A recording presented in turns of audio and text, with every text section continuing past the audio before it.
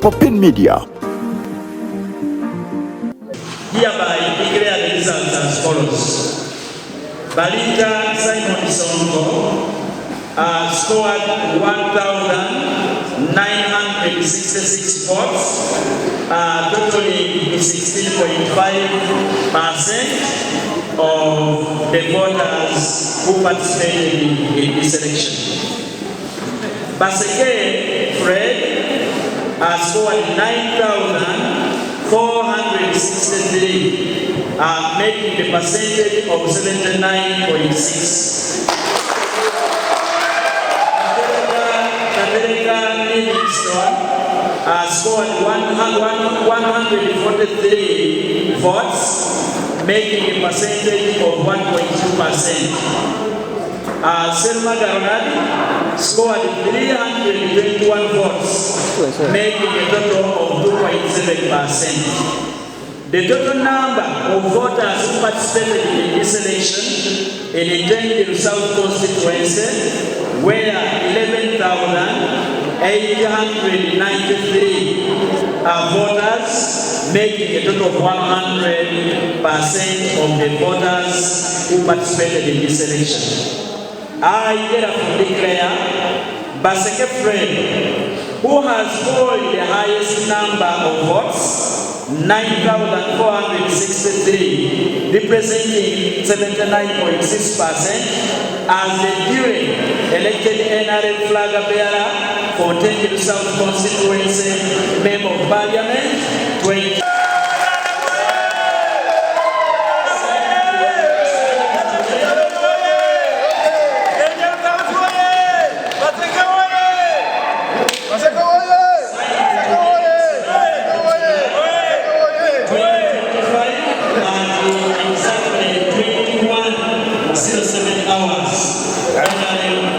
Election officer, congratulations, Honorable Baseke.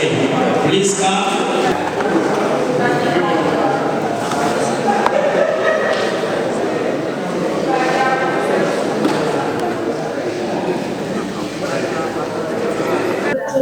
Amanya nze Fred Baseke, njagala okwebaza Katonda olw'abalonzi ab'Tendil South abampadde obululu obungi bwe butyo okubeera nga bannonda okubeera flag bearer wa NRM mu kalulu ak'omwaka ogujja 2026.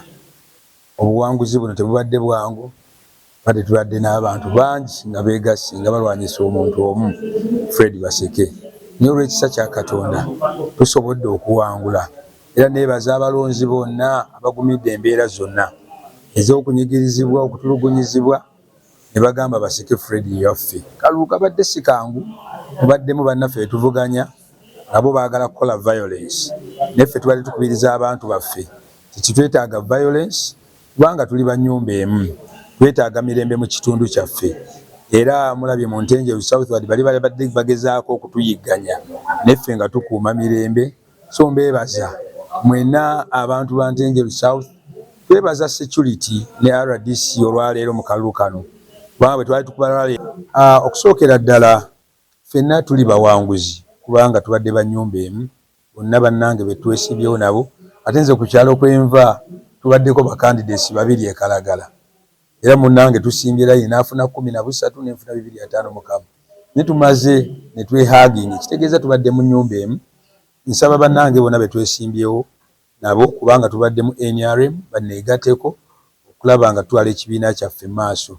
Aye nensaba n'abawagizi baffe wano ffenna tubadde bawaguzi, teri kuyeeya munno nti aye tubasinze oba ki, kubanga omwaka ogujja ate tugenda kubeera nga tuvuganya n'ab'ebibiina ebirala nga twagala entebe ya Tendil South etwalibwe omumaka wa NRM. Okujjako ekifo kimu kyokka bwe bampadde zero gye bampadde obi kubanga enateta nina abalonzi bangi abali awo, ne abantu bange balabye nga baganye okukozesa register ne bagamba kano tukakoze eki, tukavuddemu ne bampa zero, obusigadde ne babuwa wali. Ne awalala wonna akalu kabadde free and fair kubanga abo babaddewo. N'ekirala nti awamu awabadde engeri z'obutabanguko, poliisi bayimirizanga okulonda abantu baffe nga baakedde nnyo yawamula okuba mani power tebadde nga si nyingi nnyo nga bagenda ne bajja mu kitundu ssaawa nga 11 ate ng'abantu bakedde bukeezi. So kavuyo kabaddengawo akawo ne bakayimiriza ate ne baba ng'abantu baddayo eka kati bagenza okukateekangawo nga batono nnyo be baliwo mu bifo. Olaba ebitundu ebimu tufunye 12,22 sige maanyi gaffe singa babadde bakakwatidde mu budde twalifunye n'obulunga 1,000 n'ekitundu.